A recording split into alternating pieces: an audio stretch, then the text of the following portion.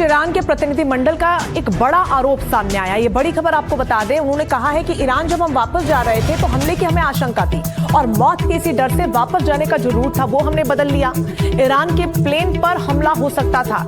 तो आप देखिए, ईरान को अमेरिका पर बिल्कुल भरोसा नहीं है और उसी के बीच जो वार्तालाप, जो बातचीत करने के लिए डेलीगेशन इस्लामाबाद पहुंचा था, उन्हीं की तरफ से ये बड़ा आरोप लगाया गया है कि जब वो वापस जा रहे थे तो उन्हें पूरा डर था कि हमला हो सकता है, क्योंकि इससे पहले भी विश्वासघात अमेरिका की तरफ से ईरान के साथ किया गया है और मौत के डर की वजह से ही जो वापस जाने का रूट था, रास्ता था, उसे बदल लिया गया। ईरान के प्लेन पर कोई बड़ा हमला हो सकता था, इस बात का डर उन्हें था, आशंका थी और जो इंटेल्स उनके पास थे, उसके बाद ये बड़ा कदम उठाया गया और जो पहले से तय रूट था वापसी का इस्लामाबाद से ईरान की, उसे बदल दिया गया आनन फानन में, क्योंकि प्लेन पर भी हमला हो सकता था, ये जानकारी उनके पास थी। तो बड़ा आरोप है ये अमेरिका पर ईरान की तरफ से। अब आप देखिए इस पर अमेरिका का पलटवार क्या होगा, ये वक्त बताएगा, लेकिन भरोसा दोनों देशों का एक दूसरे पर बिल्कुल नहीं है। इस बड़ी खबर के साथ ही इस बात की तस्दीक हो जाती है। तो अब राउंड 2 की जब बैठक होगी, उसको लेकर भी क्या ये अहम किरदार भरोसा जताएगा, क्योंकि जब एक दूसरे पर भरोसा ही नहीं है तो बातचीत कैसे सार्थक रूप से आगे बढ़ सकती है, इसको लेकर भी लगातार संशय बना हुआ है। तो ये बड़ी जानकारी इस वक्त की।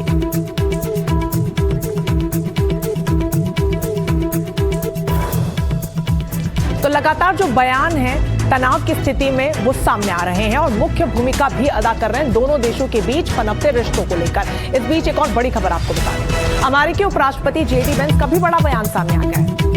अमेरिका ईरान के बीच अविश्वास अचानक खत्म नहीं होगा, एक रात में ये अविश्वास खत्म नहीं होगा। वेंस ने भी, देखिए अभी हम बात कर रहे थे भरोसे की, जिस भरोसे की बात कर रहे थे, ईरान की तरफ से कैसे आरोप लगाया गया हमले को लेकर अमेरिका पर, अब अमेरिका की तरफ से भी प्रतिक्रिया सामने आई है। आप देखिए अमेरिकी उपराष्ट्रपति जेडी वेंस भी कह रहे हैं कि जो अविश्वास यानी कि जो भरोसा दोनों देशों के बीच में खत्म हो रहा है, उसको एकदम से ठीक नहीं किया जा सकता है, एकदम से उसे खत्म नहीं हम कर सकते हैं, एक रात में ये सब मुमकिन नहीं है। अमेरिकी उपराष्ट्रपति का ये बड़ा बयान कई बड़े संकेत देता है कि कैसे ईरान पर भी वो बिल्कुल भरोसा नहीं करते हैं।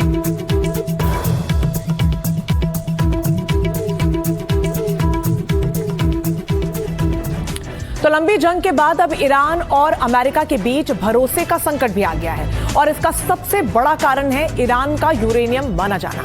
अमेरिका और इजराइल का कहना है कि ईरान अपने परमाणु कार्यक्रम को खत्म करेगा। अमेरिका तो साफ कह चुका है कि वो ईरान के पास यूरेनियम नहीं रहने देगा और इसी बीच बातचीत का रास्ता दिख रहा है। जानकारी के मुताबिक ईरान 5 साल तक अपना न्यूक्लियर प्रोग्राम सस्पेंड करने को तैयार है, लेकिन क्या अमेरिका इसको लेकर तैयार होगा? तो वहीं रूस ने ईरानी यूरेनियम के लिए एक सुझाव भी पेश कर दिया है।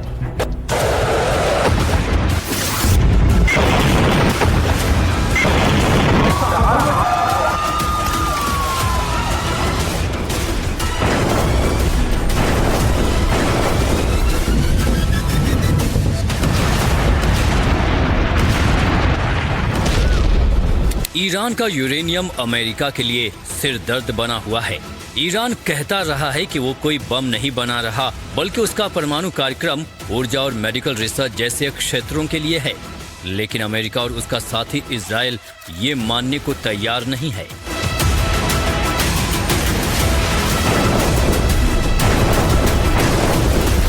पिछले 12 दिनों की जंग हो या इस बार की मौजूदा जंग, अमेरिका इजराइल के हमलों में ईरान के परमाणु ठिकानों को नुकसान पहुंचाने का दावा किया जा रहा है। कहा जा रहा है कि इस्फहान पर बड़ा हमला ईरान की परमाणु ताकत को मिटाने के लिए था। कई रिपोर्ट्स आ रही हैं जिसमें ये कहा जा रहा है कि अमेरिका ईरान के यूरेनियम पर कब्जा करने के लिए जमीनी हमले की भी तैयारी कर रहा है। इस्लामाबाद में हुई बातचीत में भी जिन 3 मुद्दों पर बात नहीं बनी, उसमें भी ईरान के यूरेनियम का मुद्दा सबसे ऊपर था। इस सब के बीच एक बड़ी खबर आ रही है। ईरान ने अपने यूरेनियम कार्यक्रम को 5 साल के लिए रोकने की पेशकश की है। अमेरिका ने कहा कि कम से कम 20 साल के लिए रोका जाए। मीडिया में आ रही इन खबरों से कम एक बात तो साफ है कि बातचीत का रास्ता पूरी तरह बंद नहीं हुआ है। इस सब के बीच रूस ने भी पेशकश की है। रूस ने ईरान के संवर्धित यूरेनियम भंडार को अपने पास सुरक्षित रखने का प्रस्ताव दिया है। इसके तहत ईरान को अपने यूरेनियम भंडार को रूस को सौंपना होगा ताकि वो हथियार बनाने लायक स्तर तक न पहुंच सके। बदले में रूस ये सुनिश्चित करेगा कि ईरान का परमाणु कार्यक्रम केवल नागरिक ऊर्जा तक सीमित रहे। क्रेमलिन के प्रवक्ता दिमित्री पेस्कोव ने साफ किया कि यह प्रस्ताव नया नहीं है, बल्कि पुतिन पहले भी इसे अमेरिका और दूसरे देशों के सामने रख चुके हैं। पेस्कोव के मुताबिक ये ऑफर आज भी टेबल पर है, बस इस पर अमल होना बाकी है। ईरान का करीबी मित्र है रूस। ईरान के बुशहर में रूस ने पहला परमाणु संयंत्र बनवाया था और वो ईरान में नए दूसरे रिएक्टर्स का निर्माण भी करवा रहा है। रूस का कहना है कि उसका प्रस्ताव मानने से अमेरिकी चिंता कम हो सकती है। जानकारों का मानना है कि ये एक ऐसा प्रस्ताव है जो न केवल ईरान को नए हमलों से बचा सकता है, बल्कि अमेरिका को भी जंग से एग्जिट दे सकता है। ईरान की अर्थव्यवस्था फिर से सांस ले पाएगी। अमेरिका को बिना किसी बड़े सैन्य नुकसान के ईरान के परमाणु खतरे को खत्म करने का क्रेडिट मिल जाएगा और इजराइल की सुरक्षा को लेकर उठ रहे सवालों पर विराम लग सकता है।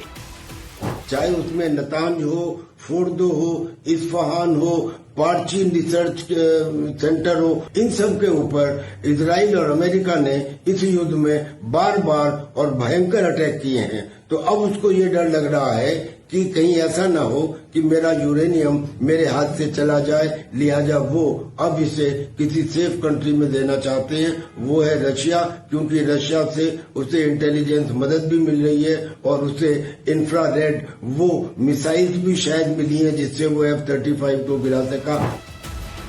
लेकिन सवाल ये है कि क्या अमेरिका रूस के प्रस्ताव को मानेगा या फिर वो जिस रास्ते बढ़ रहा है उसी पर चलता रहेगा? क्योंकि अगर ट्रंप ये प्रस्ताव मान लेते हैं तो पुतिन और रूस का कद विश्व स्तर पर और बढ़ जाएगा।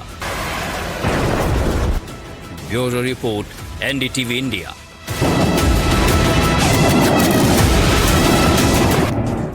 तो तनाव सिर्फ ईरान और अमेरिका के बीच में नहीं है, तनाव इजराइल और लेबनान में भी बहुत ज्यादा बढ़ता जा रहा है। दोनों के बीच में बातचीत के बीच में हिजबुल्लाह एक विराट बना हुआ है। इस बीच बड़ी खबर आपको बता दें कि अमेरिका में लेबनान के राजदूत ने बड़ा दावा किया है। इजराइल लेबनान के बीच सकारात्मक बातचीत को लेकर यह दावा किया गया। इजराइल हिजबुल्लाह के बीच युद्ध विराम की अपील भी की गई है कि इजराइल और हिजबुल्लाह का जो युद्ध चला रहा है उस पर युद्ध विराम किया जाए। लेकिन इस बातचीत के बाद भी लेबनान पर हमले इजराइल की तरफ से जारी है। अब हमले लगातार जारी है तो समझिए कि किस तरीके से बातचीत सकारात्मक रही होगी। लेकिन अमेरिका में वॉशिंगटन में इजराइल और लेबनान के बीच में जो बातचीत हुई उसके बाद लेबनान के राजदूत का बड़ा दावा किया गया है। उन्होंने कहा है कि जो बातचीत हुई है दोनों के बीच में वो सकारात्मक हुई है।